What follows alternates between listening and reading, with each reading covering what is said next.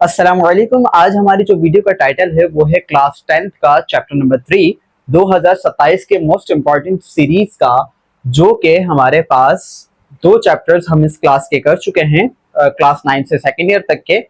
अब हमारे पास class 10th का चैप्टर नंबर 3 है, जिसका टाइटल है input output handling in C++।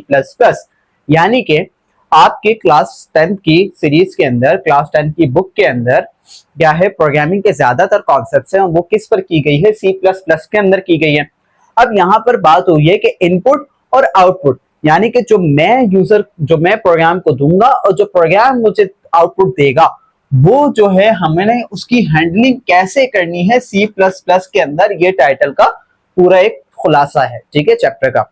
अब हमारे पास इसके अंदर शॉर्ट का जो पहला सवाल आता है, शॉर्ट क्वेश्चन नंबर 1 में हमसे पूछता है कि describe comment statement and its types. ठीक है, कमेंट स्टेटमेंट और उसके टाइप्स, जो कि आ चुका है 22, 25, ठीक है, और 26 के अंदर।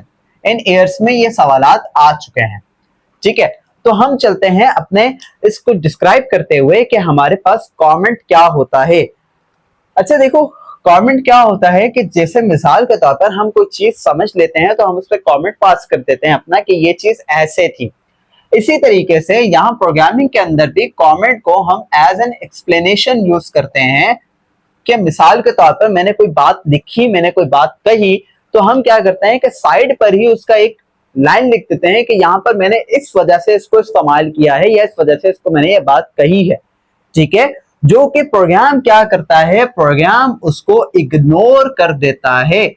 ठीक है, जब कंपाइलर जब चलता है ना, तो कमेंट स्टेटमेंट को वो टोटली इग्नोर कर देता है, यानी रीड आउट नहीं करता है। तो हर प्रोग्राम के अंदर जैसे समझाने के लिए हर एक चीज का अपना एक सिंटैक्स होता है, इसी तरीके से प्रोग्रामिंग के अंदर भी हमारे पास क्या है, दो तरह के कमेंट हुए। एक है सिंगल लाइन कमेंट, ठीक है, और एक होता है मल्टी लाइन, यानी कि जिसमें हमने अगर एक सिंगल लाइन को कमेंट करना हो तो हम क्या करेंगे, डबल स्लैश का यूज करेंगे, और अगर हमें मल्टी लाइन का कमेंट करना हो तो स्लैश स्टैरिक। ठीक है, जहां तक हमने कमेंट करना है स्टैरिक स्लैश। ठीक है, अब ये जो लाइनों में लिखा हुआ है, जैसे कि मैं यहां पर लिखता हूं, this is single line comment. अब प्रोग्राम को ये नहीं पता कि ये बात क्या लिखी है, बस उसको इस सिंटेक्स से मतलब है। इस सिंटेक्स ने उसको ये समझाया कि ये बात मैंने इग्नोर करनी है, इस बात को मैंने एज अ कोड नहीं लेना है, इस बात को मैंने इग्नोर कर देना है। और उसी तरीके से यहाँ पर जो भी हम बातें लिखेंगे इस पैराग्राफ के अंदर, ये इसको इग्नोर कर देगा, ये इसको नहीं समझेगा। हम के आपको जो है स्क्रीनशॉट के तौर पर आंसर्स नजर आ रहे होंगे सॉल्व्ड गेस्ट पेपर के, तो आप उसमें से हेल्प आउट ले सकते हैं, उसकी स्क्रीनशॉट लेकर अपने पास बुलेट पॉइंट्स बनाएं। ठीक है, जरूर। इसके बाद है हमारे पास क्वेश्चन नंबर 2। क्वेश्चन नंबर 2 में हमसे पूछता है कि differentiate between arithmetic operator and relational operator. ठीक है, इन दो के मुतालिक सवाल पूछ रहा है मुझसे कि इनके दरमियान में डिफरेंस क्या है, जो कि हमारे पास आया है 2022 के अंदर। सही, ये दो का दरमियान डिफरेंस पूछ रहा है। बाज़ औक़ात ये पूछा जाता है हमारे पास ज्यादातर कि फला ऑपरेटर, यानी कि आपकी बुक के अंदर टोटल 7 टाइप्स ऑफ ऑपरेटर लिखे हैं, उनके अंदर का डिफरेंस ही पूछ लिया जाता है, एक शॉर्ट क्वेश्चन बन जाता है। तो अर्थमेटिक ऑपरेटर को हम पहले समझ लेते हैं। मैथमेटिक्स की टर्म्स हैं। अर्थमेटिक का मतलब हमें क्या पता है, हमें पता है plus minus multiply divide modulus. ठीक है, हमें ये पता है, यानी उर्दू में बोले तो जमा तकसीम तफरीक, यानी उर्दू में बोले तो जमा तकसीम तफरीक जरब। ठीक है, तो ये होता है हमारे पास प्लस माइनस मल्टीप्लाई डिवाइड।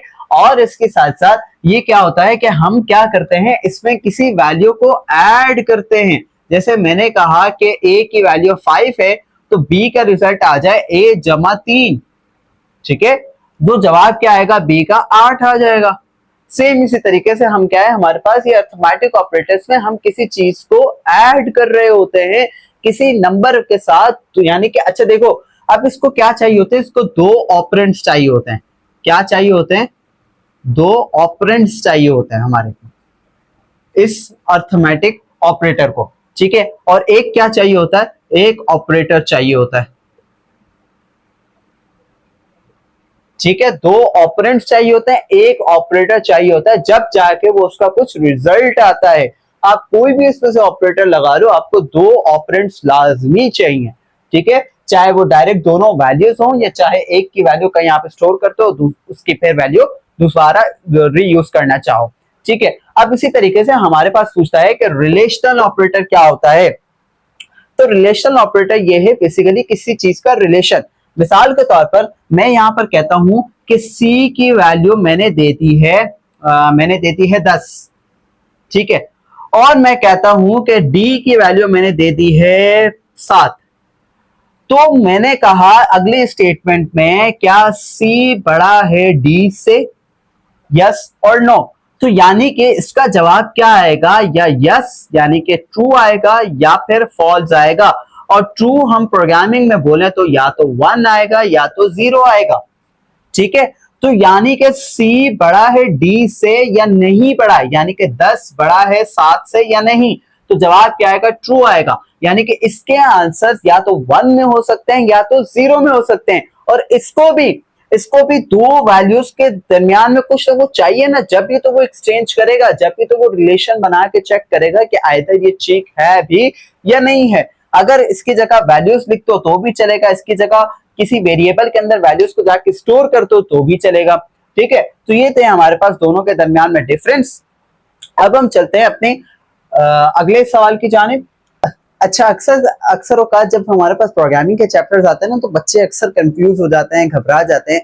तो बच्चों, आप लोगों ने घबराना नहीं है, सिर्फ क्या करना है, अपने कॉन्सेप्ट्स को क्लियर करना है और मेरे साथ जो है वक्त के साथ साथ, यानी वक्त के साथ बोले तो मेरे साथ जो है आपने मिलकर प्रैक्टिस करनी है, इस कॉन्सेप्ट्स को बेहतर बनाना है, बुलेट पॉइंट्स को अपने पास नोट डाउन करना है, ठीक है। तो हमारे पास है अगला सवाल, जिसमें है हमारे पास क्वेश्चन नंबर 3 में हमसे पूछता है शॉर्ट के डिफरेंस बिटवीन रिलेशनल ऑपरेटर, यानी कि वही पीछे वाले सवाल को, लेकिन अभी किसके साथ मिला दिया, अभी जो इससे मिला दिया वो मिला दिया लॉजिकल ऑपरेटर के साथ, ठीक है, लॉजिकल ऑपरेटर।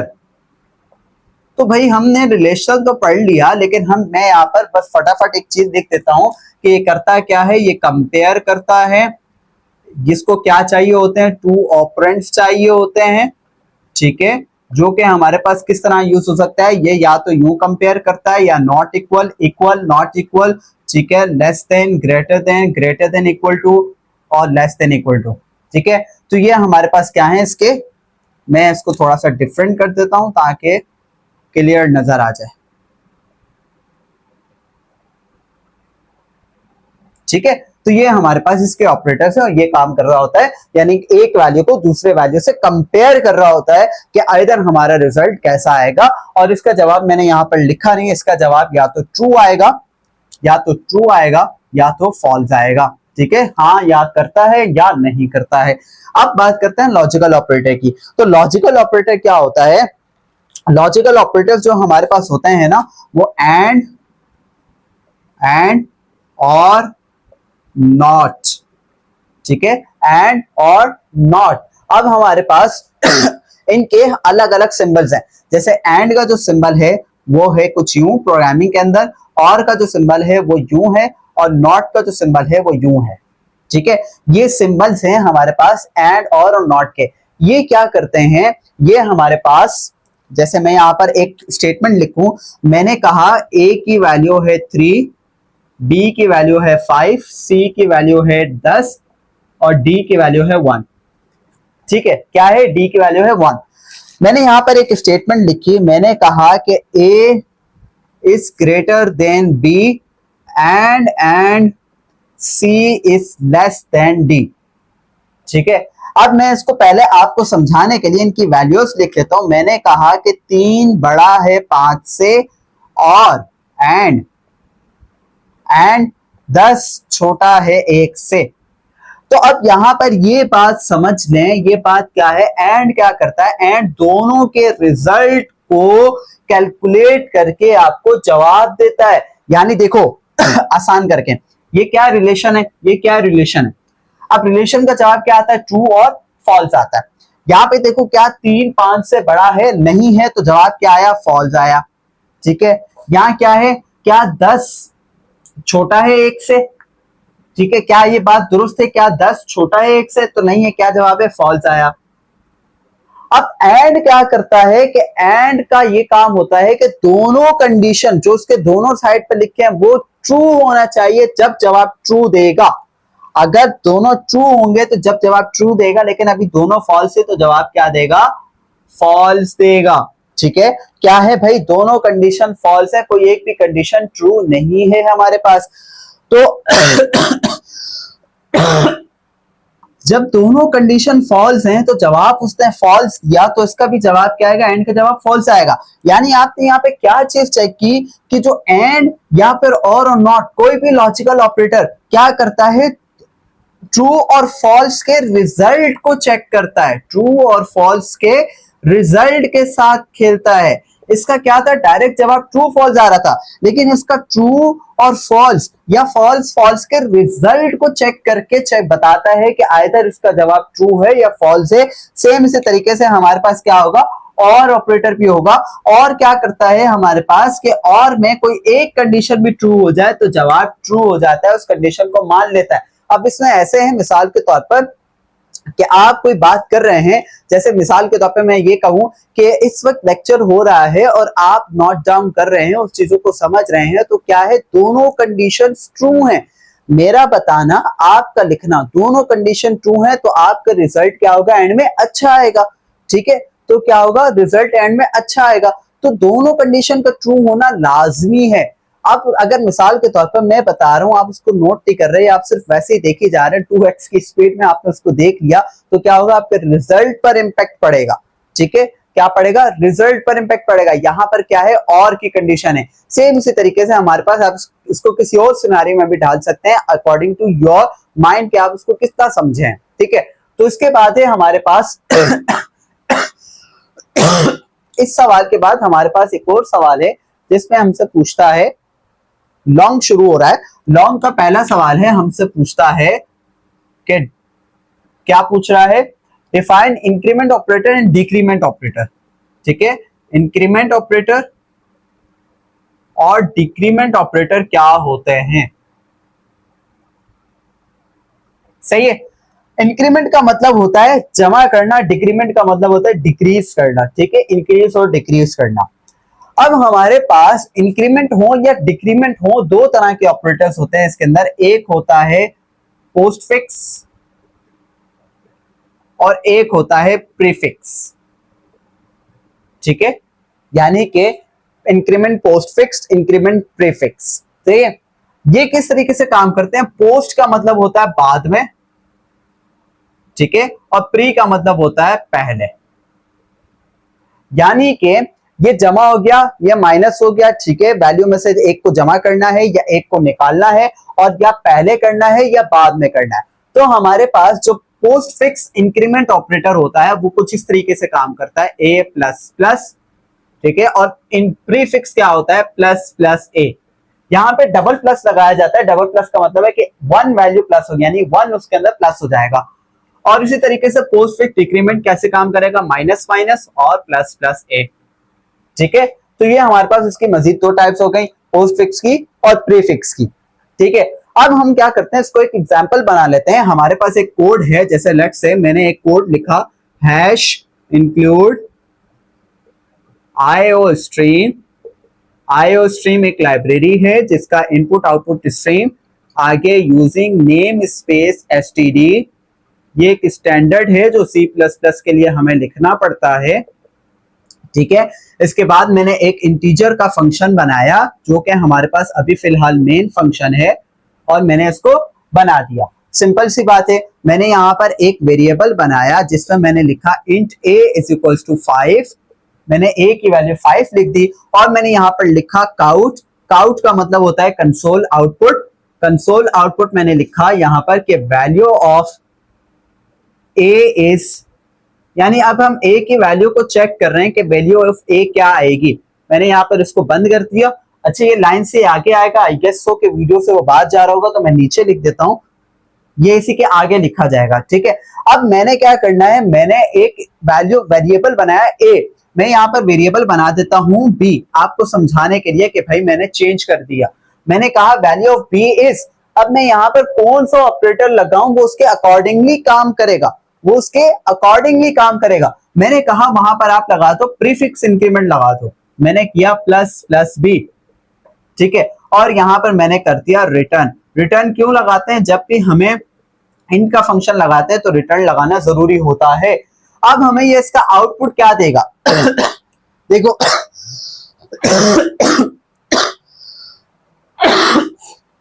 सॉरी, हमें क्या है, b की वैल्यू 5 है। उसने चेक किया, भाई सारी चीजों में चेक किया, उसने कहा कि भाई b की वैल्यू में पहले जमा 1 कर दो, b की वैल्यू में 1 जमा कर दो और फिर क्या करो, b शो भी करवा दो, तो क्या आ जाएगा, b का जवाब 6 आ जाएगा, b का जवाब 6 आ जाएगा। अब देखो अगर यहीं पर आप b प्लस प्लस करते हो, जैसे कि b प्लस प्लस होगा, तो हमें क्या पूछ रहा है कि 5b की वैल्यू है, पहले आप b की वैल्यू लिखो फिर उसमें जमा करवा दो, 5 1 6 कर दो, 5 और 1 6 कर दो। लेकिन ये 6 हुआ होगा अगले नंबर पर, अगली वैल्यू पर, तो अगर ये एक दफा फिर प्रिंट हुआ होता ना b, तो हमें 6 नजर आता, अभी हमें सिर्फ 5 ही मिलेगा, अभी हमें इसका जवाब सिर्फ और सिर्फ 5 ही मिलेगा। इसका जवाब अभी हमें 6 नहीं मिलेगा, क्योंकि हमने यहां पर करवा तो दिया 6, लेकिन उससे पहले प्रिंट करवा दिया ना कि b पहले प्रिंट हो जाए, b बाद में प्रिंट ना हो। जैसे यहां पर हमने बाद में प्रिंट करवाया, पहले इंक्रीमेंट हो गया, यहाँ पे पहले वैल्यू आ गई फिर इंक्रीमेंट हो गया। अब हम इसके नीचे वैल्यू इससे पूछे ना बी की क्या है, तो अब हमें ये 6 बताएगा। अगर मैं यहीं पर इससे पूछूंगे भाई मुझे बी की वैल्यू बताओ, तो बी अब यहाँ पर 6 हो चुका होगा। ठीक है, समझ आया। तो अब हम चलते हैं एक और इनके ऑपरेटर की तरफ। अगर हम करते हैं मिसाल के तौर पर माइनस माइनस ए माइनस माइनस बी, ठीक है, ये मैंने किया था, क्या किया था, ये प्लस प्लस बी, तो इसका जवाब ये आया। मैंने माइनस माइनस बी करना चाहा तो क्या होगा, 5 है मेरे पास बी की वैल्यू, पहले डिक्रीमेंट हो जाएगी, क्या हो जाएगी, 4 हो जाएगी। अब मैंने कहा कि मुझे बी जो वैल्यू आई है बी की वो भी दिखा दे, तो 4 ही दिखाएगा। लेकिन अगर मैं कहता हूं कि पहले बी की वैल्यू ले, क्या है 5 है, फिर उसमें डिक्रीमेंट करे 4 हो जाएगी, लेकिन मुझे शो क्या करवाएगा, मुझे शो ये 5 ही करवाएगा।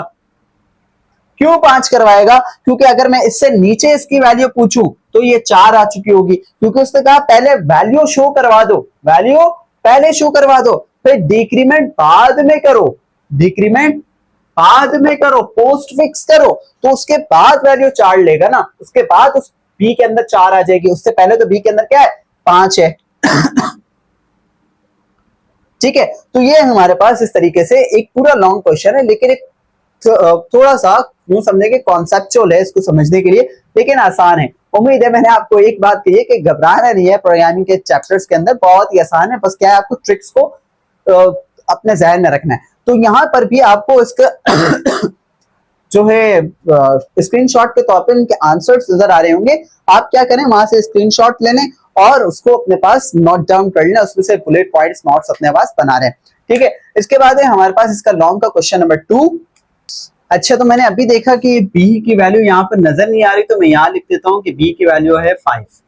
ठीक है, इसको मैंने यहां से मिटा दिया। अच्छा, अब हमारे पास लॉन्ग का क्वेश्चन नंबर 2 है, जिसमें हमसे पूछता है कि एस्केप सीक्वेंस क्या होती है, एस्केप सीक्वेंस। अच्छा, नाम से जाहिर है एस्केप का मतलब है एस्केप या फिर ऐसा कोड जो हमें जो है मतलब जिसका कोई एक खासा मीनिंग है, लेकिन कोड में उसको हम यूटिलाइज कर सकते हैं किसी स्पेशल कैरेक्टर, क्योंकि उसका सिंटैक्स है। तो हम यहाँ पे क्या करते हैं, यहाँ पे हम समझ लेते हैं, पहले हम ये देख लेते हैं इसके एयर कौन से है, 22 23 और 24। ठीक है, ये इसके एयर्स हैं। ये क्या है, एक स्पेशल कैरेक्टर्स हैं, स्पेशल कैरेक्टर्स हैं जिनका कोई ना कोई मतलब है, जिनका प्रोग्राम के अंदर कोई ना कोई मतलब है, उसको यूटिलाइज किया जाता है। और ये रिजर्व वर्ड से इनको हम एज एन वेरिएबल या एज एन आइडेंटिफायर यूज नहीं कर सकते। ठीक है, इनका स्पेशल कैरेक्टर हैं जिनका स्पेशल कोड है या मीनिंग है, ठीक है, और इसको इस्तेमाल करते हैं हम बैक स्लैश से। किससे? बैक स्लैश, ये वाली बैक स्लैश, ठीक है। ये कौन सी बैक स्लैश हुई? बैकवर्ड हुई। फॉरवर्ड ऐसे होती है, बैकवर्ड ऐसे होती है, ठीक है। बैक स्लैश से इसको हम यूज करते हैं। और मिसाल के तौर पर ये होते कौन कौन से, जैसे कि ए, ठीक है, अलर्ट के लिए, टैब, ठीक है, और n, slash, double slash, slash quotation, slash double quotation, इस तरीके के सो ऑन। हर किसी का अपना अपना एक मतलब है, जो कि क्या करता है, प्रोग्राम को ये बता देता है कि यहां पर आपने ये करना है, यहां पर ये करना है। और उसको लिखने का तरीका ऐसे है कि काउट यानी कि कंसोल आउटपुट, यहां पे मैं लिखता हूं स्लैश एन। तो क्या करेगा, जो भी आपने ऊपर लिखा हो, जैसे मैंने यहां तक लिखा हो ना, यहां पे मैं स्लैश एन लगा दूंगा तो मेरे पास एक अगली लाइन में चला जाएगा, ठीक है। मैं कुछ और लिखने जाऊंगा तो बीच में एक लाइन का ब्रेक आ जाएगा। ये होता है स्पेशल कैरेक्टर, स्पेशल कोड, जिनका एक अपना स्पेशल काम होता है। इसके बाद अब हमारे पास इस चैप्टर का last but not the least एक सवाल है, कॉन्सेप्ट बेस्ड क्वेश्चन, जिसपे हमसे पूछता है कि what do you know about hash include. अब हैश इंक्लूड के मुतालिक आप क्या जानते हो, ठीक है। अच्छा, ये चैप्टर थोड़ा सा प्रोग्राम अब यहाँ से स्टार्ट होना शुरू हुआ है, तो हमारे पास इसके आगे भी प्रोग्राम चलते रहेंगे, ठीक है। तो हम उसको थियोरेटिकल भी समझने की कोशिश करेंगे और होप सो कि मैं उसको लैपटॉप पर भी करवा सकूं, ताकि आपको वो चीजें प्रैक्टिकली भी समझ आ सके, ठीक है। तो हमारे पास क्या है कि what do you know about hash include. Hash include हम क्यों यूज करते हैं, या आप उसके मुतालिक क्या जानते हैं। हैश को बोलते हैं प्री प्रोसेसर डायरेक्टिव, ठीक है, प्री प्रोसेसर डायरेक्टिव। जैसे हम हैशटैग्स यूज कर रहे होते हैं, तो हैश जैसे ही लगाते हैं हमारे पास बहुत सारी लिस्ट आ जाती है। वो क्या होते हैं, प्री प्रोसेस हुए होते हैं, पहले से ही बनाए हुए होते हैं या पहले से यूज किए हुए होते हैं, डायरेक्टरीज पड़ी हुई होती हैं उनकी, ठीक है। तो हैश इंक्लूड क्या करता है, अगर इसके साथ में इंक्लूड लगा दूं तो ये क्या करता है, लाइब्रेरीज को इंक्लूड कर देता है। लाइब्रेरी कौन सी, जो स्टैंडर्ड लाइब्रेरीज हैं टू स्टार्ट अ कोड या टू रन अ कोड, ठीक है। कि आपके उन चीजों को, जैसे मिसाल के तौर पर मैंने एक काउट लिखा, ठीक है, इसके लिए मैंने एक लाइब्रेरी को ऐड किया, इनपुट आउटपुट स्ट्रीम, ठीक है। अब ये काउट क्या है, वो इस लाइब्रेरी को पता है, इस लाइब्रेरी के अंदर ये फंक्शन सेफ है, तो मैं इस लाइब्रेरी का इस्तेमाल करूंगा तो कोड को पता चलेगा ये काउट क्या है, ये ब्रैकेट्स क्या है, ठीक है, क्या मैंने लिखा है, इसका सिंटेक्स क्या है, ये सारी चीजें कोड को जब जाके पता चलेगा। तो हैश इंक्लूड क्या करता है कि हमारे पास उन लाइब्रेरीज को स्टोर करवाता है, उन लाइब्रेरीज से फंक्शंस को निकाल के कोड को बताता है कि इसके अंदर ये चीज पड़ी है, अगर फलां चीज बंदा इस्तेमाल कर रहा है तो ये चीज इस लाइब्रेरी में पड़ी है, ठीक है। तो ये था हमारे पास क्या, कॉन्सेप्ट बेस्ड क्वेश्चंस। तमाम के स्क्रीनशॉट्स आपको नजर आ रहे होंगे। हमारे पास आज क्लास 10th के चैप्टर नंबर 3 की वीडियो यहीं तक है। अब हम मिलते हैं अगले चैप्टर नंबर 4 की वीडियो में, यानी lecture number 4 of this series 2027 के बोर्ड 2027 के मोस्ट इंपॉर्टेंट क्वेश्चंस की, ठीक है। तब तक के लिए अल्लाह हाफिज।